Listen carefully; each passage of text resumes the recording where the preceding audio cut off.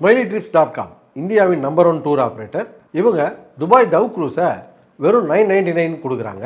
இந்த 90 மினிட்ஸ் க்ரூஸில் welcome drink, dance show, unlimited international buffet எல்லாம் கவர் ஆகிடும். இது மட்டும் இல்லாமல் இந்தியா மற்றும் உலகமெங்கும் ஃப்ரான்ச்சைசி தர்றாங்க.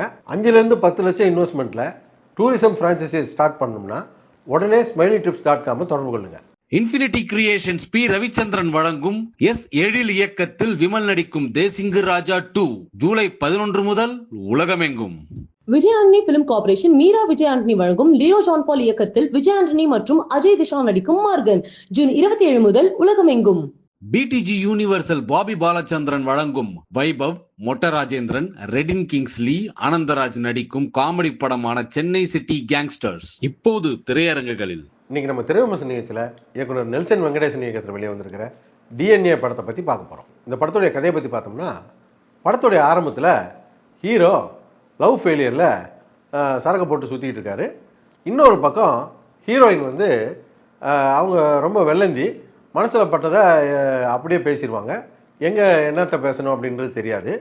இதனாலேயே அவங்கள ஒரு மனநோயாளி மாதிரி ட்ரீட் பண்ணி அவங்களுக்கு ட்ரீட்மெண்ட்லாம் கொடுத்துக்கிட்டு இருக்கானுங்க. இதனாலே இவங்களுக்கு கல்யாணம் தள்ளி போய்கிட்டு இருக்கு. இந்த 2 பேரையும் சேர்த்து வச்சு ஒரு கல்யாணத்தை பண்ணி வச்சிடறானுங்க. இவங்க எதிர்பார்த்ததை விட நல்லாவே குடும்பம் நடத்துகிறாங்க. அதில் ஒரு குழந்தையும் பிறந்துடுது. அங்கே தான் பிரச்சனையே. குழந்தை பிறந்த அன்னைக்கே அவங்களுக்கு ஒரு விஷயம் தெரியுது, இது நம்ம குழந்தை இல்லை அப்படின்னு ஹீரோயின் கண்டுபிடிச்சிட்டு இது ஏன் குழந்தை கிடையாது அப்படின்னு சொல்கிறாங்க. கூட இருக்கிற யாருமே நம்ப மாட்டுறாங்க. ஆனால் ஹீரோ அதர்வா மட்டும் பொண்டாட்டி சொல்கிறத கேட்டுக்கிட்டு சரி அது உண்மையாக பொய்யான்றதை செக் பண்ணுவோம், DNA டெஸ்ட் எடுத்து பார்த்துருவோம் அப்படின்னு பார்க்குறாரு. அங்கேருந்து பிரச்சனை ஆரம்பிக்குது. அதுக்கப்புறம் என்னாச்சு அப்படிங்கிறது அந்த படத்துடைய கதை. இந்த கதையில் என்ன பிரச்சனைனா, குழந்தை மாறி போச்சு, குழந்தை காணாமல் போயிடுச்சு. இப்போ கையில் இருக்கிற குழந்தை இவங்க குழந்தை இல்லை அப்படிங்கிறது DNA ரிப்போர்ட்லேயும் வந்துடுச்சு. இப்போது காணாமல் போன குழந்தை எங்கே போச்சு, இந்த கையில் இருக்க குழந்தை யாருது அப்படிங்கிறத கண்டுபிடிக்கிறதுக்கு இன்வெஸ்டிகேஷன் போகணும் இல்லையா. அப்படி அந்த இன்வெஸ்டிகேஷன் வந்து இந்த ஹாலிவுட் சினிமாவில் மாதிரி, கொரியன் சினிமாவில் மாதிரி ஹியூமன் டிராஃபிக்கில் ஒரு பரபரப்பை ஏற்படுத்துவாங்களே, அந்த மாதிரி இருந்தாலும் நல்லாயிருக்கும்.